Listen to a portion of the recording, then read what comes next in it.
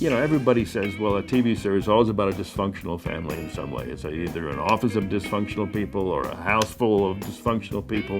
It just seems to work, doesn't it? Comedic dynamic that it had both on set and in real life enabled the show to really kind of walk a line between broad, silly comedy and then still have moments of emotional depth.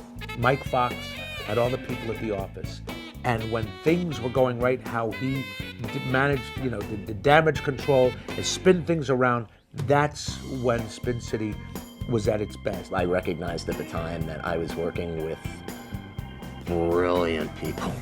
Just like, wow, you guys are good. A lot of us were so happy to be doing what we were doing and to be doing it with the people that we were doing it with. I would say that we were very lucky to have someone that was so confident in his own ability and confident in sort of in his place in the business that he gave us our moments. We were working with these pros. I mean, Michael J. Fox, who is the greatest, you know, he's the greatest in that medium probably ever. So I always thought to myself, well, I've got the best teacher. It was an interesting project because here I am schlepping Mike Fox back into television in effect, you know, or we're schlepping each other back in. And I felt a big responsibility because of who he is, and you know, and this was not an easy thing to do. Not many actors have done it. You know, come back and create a whole new character and succeed with it. It was really a testament to his skill. I love Family Ties, but I didn't want to do that again. I thought if I went back to television, I want to do something different. And it seemed like that ship had come in. I mean, there was this new energy and talent in the television business. And so I thought, well, if I was ever going to come back, this would be a time to do it.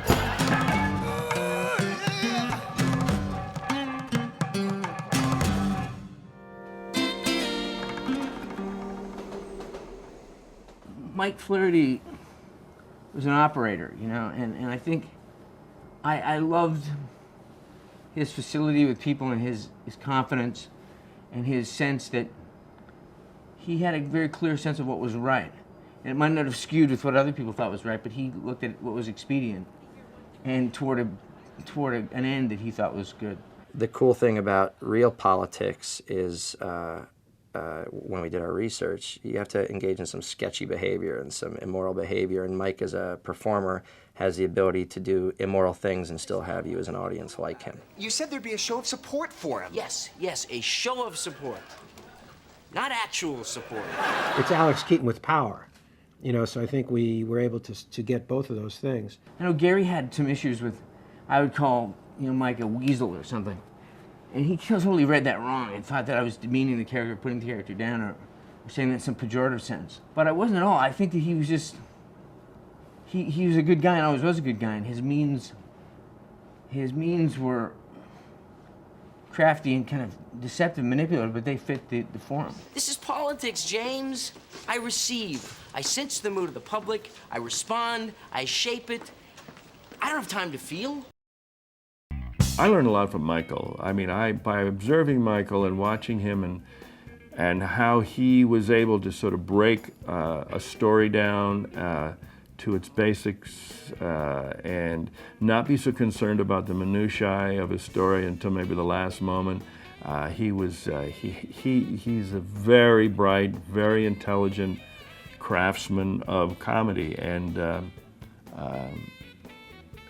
to be part of that, I walked away a much enlightened actor in terms of comedy timing, how to get out of scenes and into scenes, and he was always very generous with his knowledge to us.